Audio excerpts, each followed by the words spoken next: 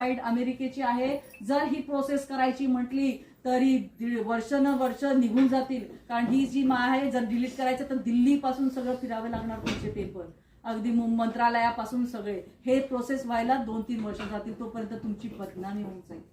तर कृपया तुमचे फोटो त्याच्यावर ऍड करू नका. आपण सुंदरच आहोत हा विश्वास आपल्यात आहे, कशाला पाहिजेत फोटो?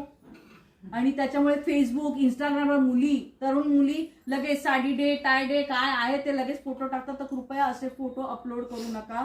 तुमचा डेटा जर हॅक झाला तुमचा फोटोचा सुद्धा मिसयूज होऊ शकतं. मॉर्फिंग हा प्रकार त्यातलाच एक आहे. तुमचा चेहरा घेणार आणि खालचं धड वगैरे सगळं कुणाचं दुसऱ्याचं लावणं. त्याचप्रमाणे तुमचा फोटो मॉर्फिंग करून तुमचं आधार कार्ड पॅन कार्ड काढून दुसऱ्या नावाने सुद्धा तयार केलं जाऊ शकतं. त्याच्यामुळे तुम्ही आधार कार्ड पॅन कार्ड देताना सुद्धा विचार करून द्यायचा की ज्या व्यक्तीला आपण देतोय तो त्याची मिसयूज नाही करणार ना.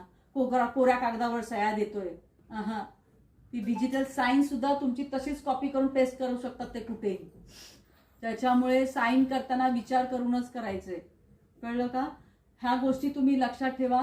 त्याचबरोबर निर्भया पथक आमची गाडी, ही निर्भया पथक गाडी 24 तास तुमच्या सेवेसाठी आहे.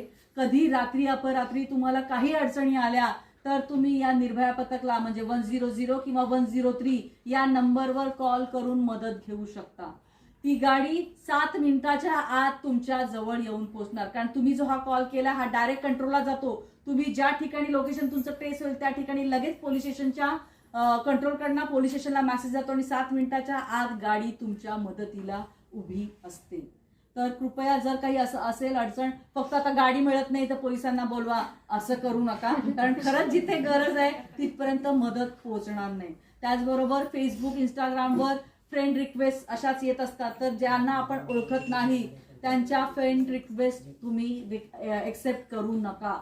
तो मुलगा आहे का मुलगी आहे हे सुद्धा तुम्हाला माहिती नसतं, फक्त मुलगी ते बघतात मुलगी आहे आणि लगेच. आणि आली ते हे पण आलंय, चॅट करता करता प्रेमात पडतात, हे करतात आणि लाख रुपये देत आहेत.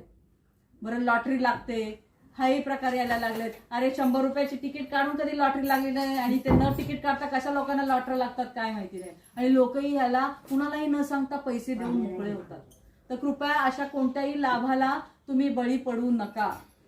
त्याचबरोबर लहान मुलांना गुड टच आणि बॅड टच, कारण लहान मुलांना कसं समजवायचं हेच कळत नाही. तर त्यांना फक्त एवढंच सांगायचं की जेव्हा आई बाबा तुम्हाला जवळ घेतात, आजी आजोबा तुम्हाला जवळ घेतात, तेव्हा तुम्हाला कसं फिलिंग होतं? साहजिकच कुठल्याही मुलाला आवडतं की जेव्हा आपल्या आई जवळ घेते, दादाला घेतलं नाही पण मला घेतलं, की ते खूप आनंद असतो, त्याला म्हणतात गुड टच. पण एखादा व्यक्ती तुम्हाला जबरदस्ती खेचतोय, आवळतोय, शिवळतोय,